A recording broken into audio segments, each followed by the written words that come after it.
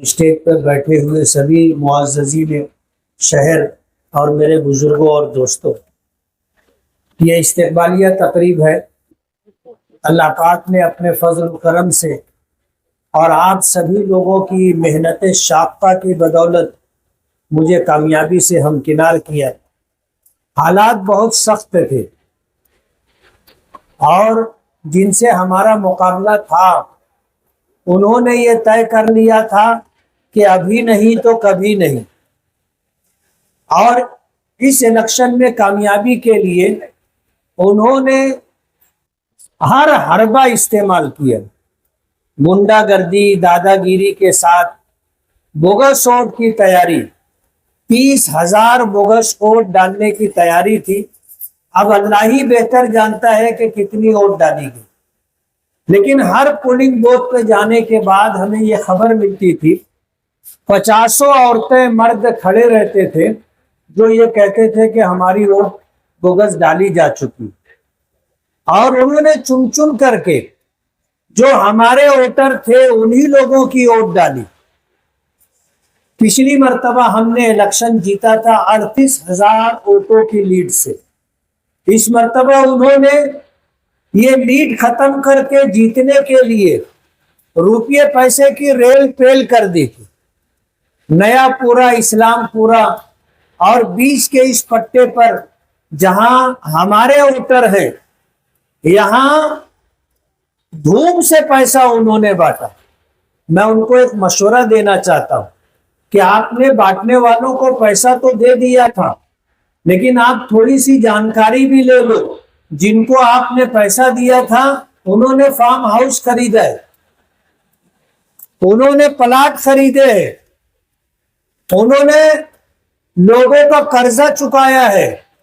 Market کا جو پیسہ باقی تھا مارواڑیوں کا، یارن بیپاریوں کا، رات کے اندھیرے میں وہاں جا کر کے پیسہ پہنچایا گیا۔ اب ظاہر بات ہے ان کا یہ ٹارگیٹ تھا کہ ہم نے 3 لاکھ ووٹروں کو پیسہ دیا ہے۔ کتنے ووٹروں کو؟ 3 لاکھ ووٹروں کو پیسہ دیا ہے۔ اس میں سے 1.5 لاکھ بھی ہم کو ووٹ دیں گے تو ہم چن کر کے آ جائیں گے۔ یہ ان کی تیاری تھی، اور واقعی انہوں نے پیسہ اسی طرح بانٹا، لیکن پیسہ ووٹروں تک نہیں پہنچا۔ بیچ میں جو لوگ تھے وہ پیسہ گھر لے کے چلے گئے۔ اس لیے ان کو میرا مشورہ ہے تھوڑی سی انکوائری کرو آپ کہ آپ کا پیسہ بٹا صحیح طریقے سے کہ نہیں بٹا۔ اور ہم تو بولتے کہ 162 ووٹ 20-1 لاکھ روپیہ اور بانٹ دیتے تو یہ بھی مل جاتی نا ان کو۔ ابھی جیسے انہوں نے پینشن چوک پر ایک ادارے کو 10 لاکھ روپیہ دیا تھا، 10 لاکھ روپیہ دیا تھا ووٹ خریدنے کے لیے، وہاں سے ان کو 23 ووٹ ملی ہے۔ اب 10 لاکھ کو آپ 23 پر اگر بانٹو گے تو آپ کو سمجھ میں آئے گا کہ ان کو ایک ووٹ 30-40 ہزار روپیے کی پڑی ہے۔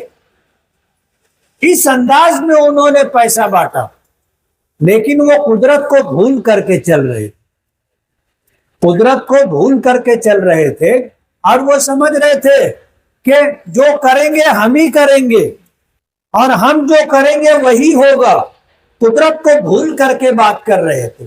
مجھے کسی نے بتایا، پتہ نہیں بات صحیح بھی ہے یا نہیں، انہوں نے 150 لوگوں کو نیا کپڑا سلوا کر کے دیا تھا کہ میں جیتوں گا تو جیت کا سرٹیفکیٹ جب میں لینے کے لیے جاؤں گا تو تم لوگ میرے ساتھ چلنا۔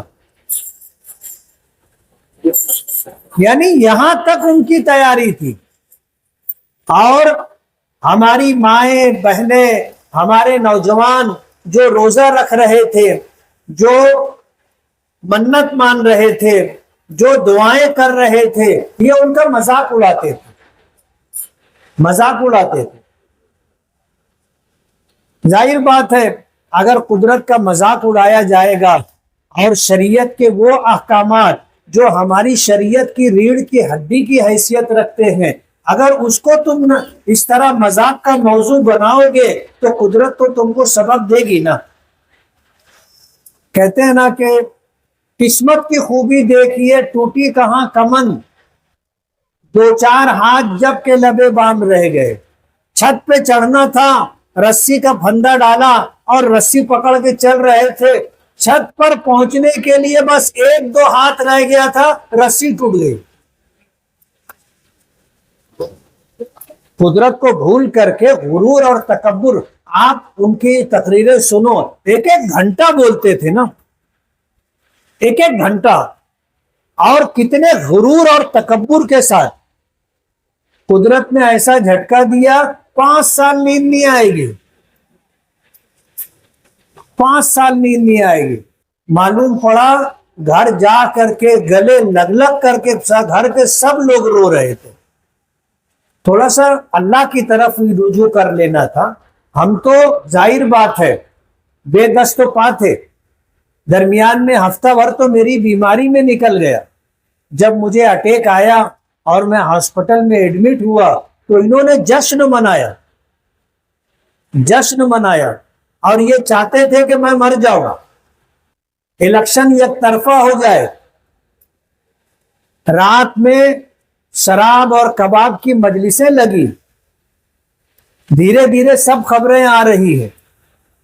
ظاہر بات ہے دشمنوں کا خوش ہونا بہت زیادہ دکھ اور تکلیف دیتا ہے.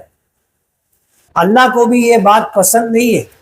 نبی کریم صلی اللہ علیہ وسلم نے دعا مانگی، اللہم انی اعوذ بک من شماتۃ الاعداء، کہ اللہ میں تیری پناہ چاہتا ہوں دشمنوں کے خوشیاں منانے سے. بیماری آتی ہے جاتی ہے، لیکن کسی کی بیماری پر آپ جشن مناؤ گے، کسی کی بیماری پر آپ خوشیاں مناؤ گے تو ظاہر بات ہے یہ اللہ کو پسند نہیں. انسانیت بھی کوئی چیز ہوتی ہے. اللہ نے سبق دے دیا، اور ایسا سبق دیا کہ یہ زخم 5 سال تک چاٹتے رہیں گے، بھرے گا نہیں، 5 سال تک نہیں بھرے گا. اور ہم تو ایسا مانتے ہیں کہ آج جتنی طاقت سے یہ لڑ لیے، 30-35 ہزار بوگس ووٹوں کی تیاری کے ساتھ، دولت کی ریل پیل کے ساتھ، ڈپارٹمنٹ کو مینج کر کے سب کچھ کر لیا، اور 3 لاکھ ووٹ خریدنے کے لیے انہوں نے اندھا دھند پیسہ بانٹا، ہار گئے. اب آئندہ اتنی تیاری کے ساتھ الیکشن نہیں لڑ سکیں گے. ہو گئی ہولی دیوالی ہو گئی. میں اپنے کارپوریٹروں میں ببلو قریشی ہے، امانت اللہ پیر محمد ہے، عارف سلوٹی ہے، اور اسی طرح شہر بھر میں جتنے ہمارے کارپوریٹر ہیں، اور اسی طرح ہمارے رفقا الحاج یوسف الیاس صاحب ہیں، صوفی انیس قادری صاحب ہیں، شفیق رانا صاحب ہیں، عیدی امین ہے، اور بہت سارے سینکڑوں لوگ ہیں. یہ تو وہ ہیں جن کو ہم جانتے ہیں، اور ہزاروں کی تعداد میں ہمارے ایسے نوجوان ہیں، ہماری مائیں اور بہنیں ہیں جن کی محبتوں کا ہمیں پتہ بھی نہیں ہے.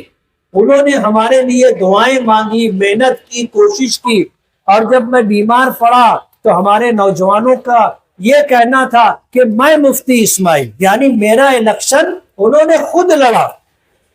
اور ہمارے پاس کوئی کارپوریشن سے لوٹی ہوئی دولت نہیں تھی، RSS اور BJP کا دیا ہوا سرمایہ نہیں تھا. ہم تو بس سبق کے درجے میں جو تھا کر رہے تھے. ان کا الیکشن لڑنے کے لیے ناگپور سے ٹیم آئی تھی، دلی سے ٹیم آئی تھی، اور کہتے ہیں نا کہ بلی تھیلے سے باہر آ جاتی ہے. یہ بولنے لگے ہم تو بلو پرنٹ پر الیکشن لڑ رہے.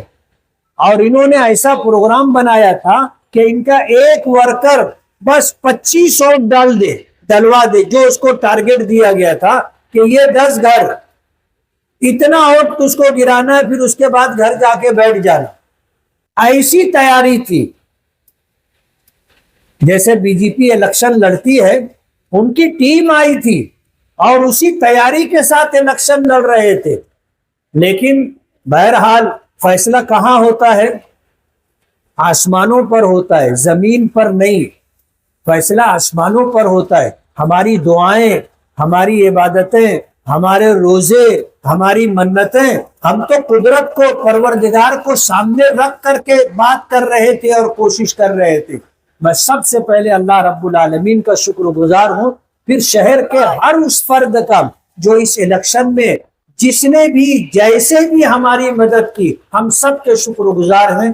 دعا گو ہے کہ اللہ تعالیٰ سب کی جان، مال، دین و ایمان، عزت و آبرو میں برکت عطا فرمائے اور اپنے حفظ و امان میں رکھے، اور پروردگار عالم اس شہر کے لیے جو بہتر سے بہتر ہو سکتا ہے وہ ہمیں کرنے کی توفیق عطا فرمائے۔ وآخر دعوانا ان الحمد للہ رب العالمین۔